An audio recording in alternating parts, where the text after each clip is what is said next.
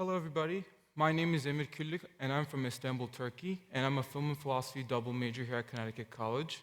Alongside with my academia, I like to be active within the social scene on campus as well, whether it's writing for the College Voice, the college's newspaper, Cadenza, the literary arts magazine, or be part of SAC, which is the Student Activities Council. It's going pretty well so far, going through my junior year here at Connecticut College. Now, most people think that the first year of college is the most difficult because of the adaptation processes. But that was challenged for me with my sophomore year here at Connecticut College, which was probably one of the most difficult years of not just college, but my life in general. I had a lot of things going on. I had my academic workload. I was taking my first production class in a series of production courses, which meant that I was spending a lot of time both inside the classroom and outside the classroom, trying not to get frostbite while filming in a forest. Other than that, I was going through a lot of things with my extracurriculars, whether it was setting up dance events for the students on campus or buying foods and snacks for our house events that we have on campus. And more importantly, Turkey, my home, and my family were going through a barrage of political conflicts, whether it was the economic crisis, which is still ongoing right now, some political regime changes, or a coup attempt, and most recently, the coronavirus. Now, some of these do persist, and they still do affect me, but a combination of all three resulted in me to be thrown in a whirl where I really had no anchor point for myself. And what I thought would be my anchoring point, my home and my family, they were going through their own problems, so I was just left by myself to deal with my own problems with not a lot of help from the external world. Now, this led me to go on a search for acknowledgement from others, to go on a search for another anchor point. And I try to pick up more and more responsibilities on campus. And this is where I realized what was happening to me and a lot of other students on campus. Now, you see, being students on a college campus, we are being put in an environment where we're meant to excel, to be able to do new things, learn new things, try new projects and everything. But as we try to do this, being humans ourselves, we are competitive, and we like to compete with one another. Now, this does not have to be super aggressive. This does not have to be verbal. This does not have to be look upon and ponder upon my greatness type of deal. We can be competitive with somebody else without them not knowing. We don't even need to be superior in some sense of the word, some twisted sense of the word. Even just feeling superior to somebody else, feeling like we have that edge is satisfying. And one way we seem to be doing this more and more within society, which is more obvious on this campus itself, is the complexity bias. Now, what is the complexity bias? The complexity bias is the bias that we inherently have where we give more value to something that is more complex. Now, this thing doesn't have to be necessarily more complex. We can present it to be more complex to somebody else. But the very aspect and essence of the complexity bias is if it appears to be more complex, in our eyes, it's more valuable. Now, we utilize the complexity bias all the time. For example, I can go on to talk about when I talk to somebody about the plethora of things I did today, or if I didn't have a lot to do during that day, I can talk about the plethora of things I have to do tomorrow, or the next week, or even the full year. I can talk about, hey, I had 3 classes, I had my work shift now, and then I have to do homework for this whole thing, and there's the extracurricular thing, and there's so many things, and just things everywhere. Well, that makes me appear to be, look at how much Emir's working. He's really hardworking. Maybe he's cool. When I say that, I hope people think I'm cool when I inherently take part in it. But the thing is, notice while talking about all those things, I never really mentioned how long my meetings were, what I did during my classes, what I did do at my job, because all those things change. Maybe I had 6 5-minute meetings where we didn't really talk about anything new. We just repeated the same thing from last week. So we'll do it the next meeting, table it for the next meeting. Maybe I had empty classes or classes where I actually focused on something more simpler, where I just met somebody else. Or maybe during my work shift, I work at a coffee shop on campus. I really did nothing and just focused on my homework that I've been complaining about as well. But none of this comes up. Now, while talking about it, I have to point out that I'm not saying everything is basic. Not all classes are that simple. Not our work can be intense. Our assignments can be intense as well. So I'm not saying everything is as simple as it is. However, also notice how, during this conversation, the other person never really asks about any of these things. Maybe they inherently know, but they still don't really ask because they're waiting for their own turn. So as soon as you finish complexifying your own schedule, it's their turn to complexify their own schedule. So this conversation sort of turns out to be a standoff between one or the other. Who can put on more value to the things they're doing? And then the question becomes, why do we take part in these standoffs? What is the value of the complexity bias? Now, if it didn't have any additional value to us, we would not be doing it. The complexity bias does provide a short-term high for us. We like to be able to add value to the things we're doing because we like to get acknowledgement from others, just like as I was trying to find acknowledgement from others when I was trying to do all those things during my sophomore year. However, even though we have this short-term high, in the long term, the complexity bias really has negative connotations for us personally. Even though the mind knows what it's creating is false, it's at the same time starts to sow the seeds of doubt. We think about that assignment. Is that assignment really that long? Is that work shift really that hard? Are all these things that I'm doing really subtracting all these hours from my day, leaving me exhausted? And through these questions, the mind starts to create a small window of doubt that we stray to during our daily events. We've all done this. We've thought about that essay that we're trying to write while we're hanging out with friends, trying to watch a game of football. If you're American soccer, both of those are the same thing in my opinion. But we've thought about that assignment. We've thought about that email we're trying to write to a professor while we're hanging out with friends, trying to go out. And the question then becomes, are we really enjoying these moments with our friends? Or are we always going to that window of doubt, thinking about something else? Are we always thinking about that paper? And if we are always thinking about that paper, then are we enjoying our free time? I'd like to say no. The complexity bias does more than just put more weight on our shoulders. It attacks the very essence of ourselves. It attacks our self-confidence, our motivation, the trust that we have in ourselves. And on top of that, it depicts the world to be this harsh environment where everything seems to be against us.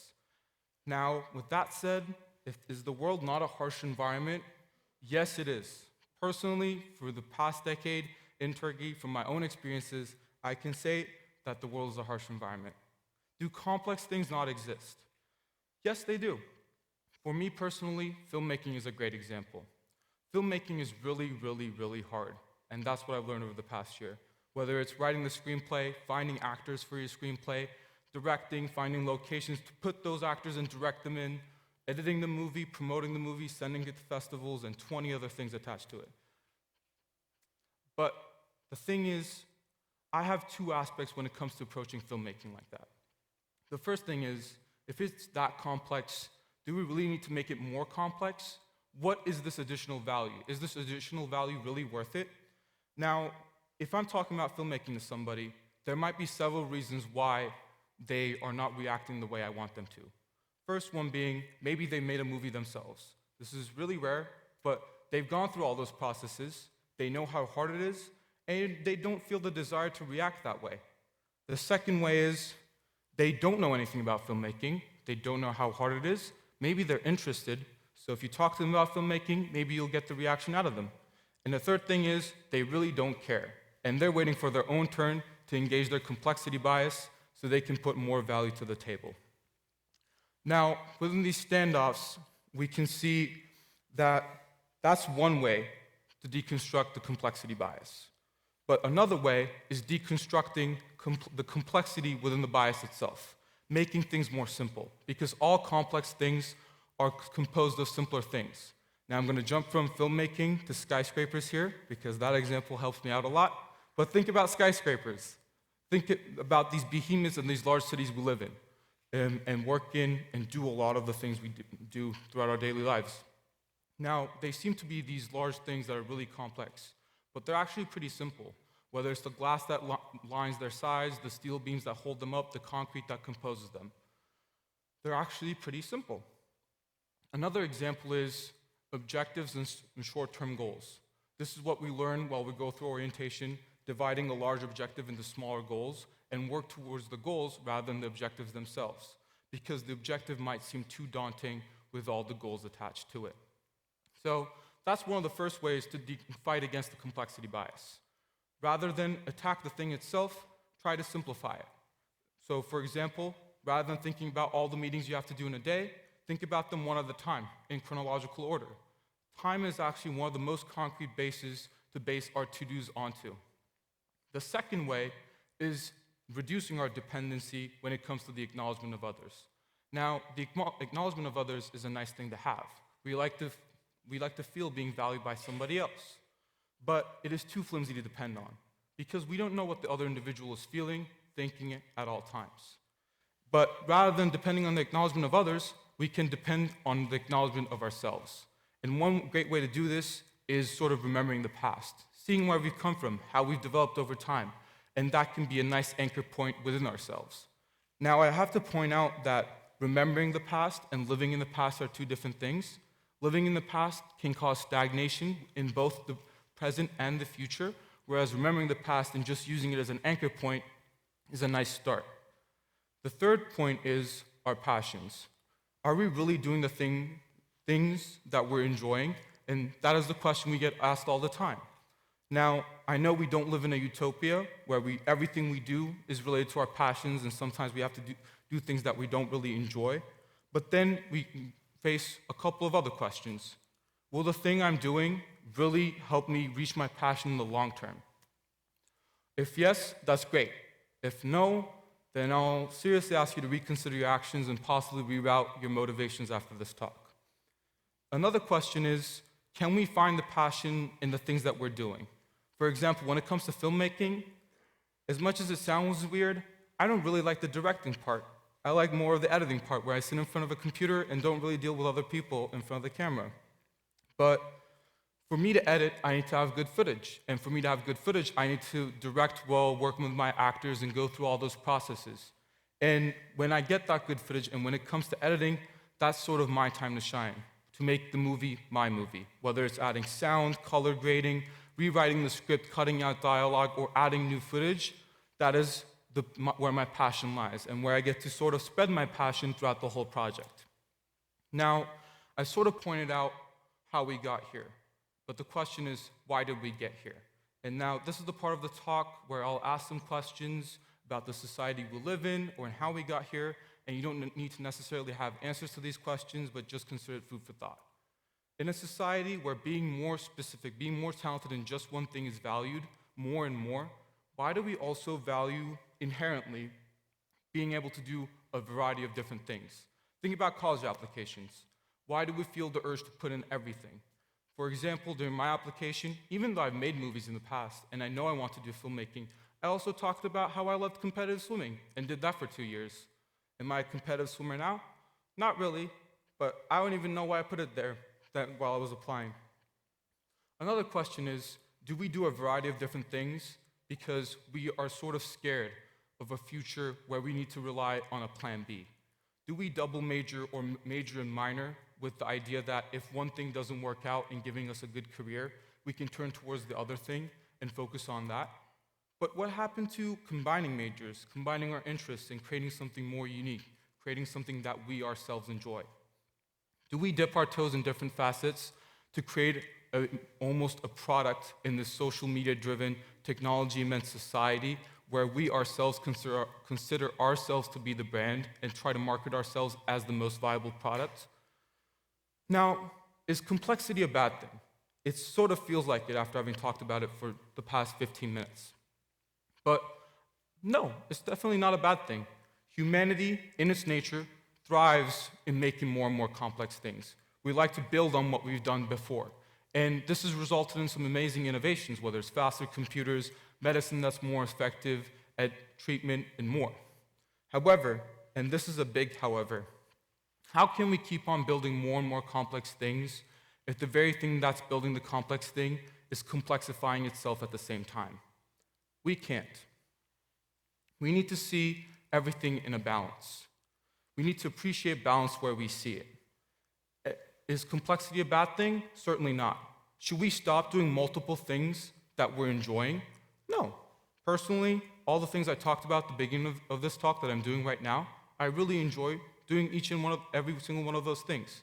But as physical human beings with a limited amount of time and energy through each day and throughout our lifetimes, there needs to be a point where we have to be able to say no. And we need to acknowledge that. We need to respect complexity where we see it, but also appreciate simplicity when we come across it as well. As Albert Einstein said it best, everything should be made as simple as possible, but not simpler. And that is a quote on simplicity regarding my talk about simplicity. But thanks for coming to my talk.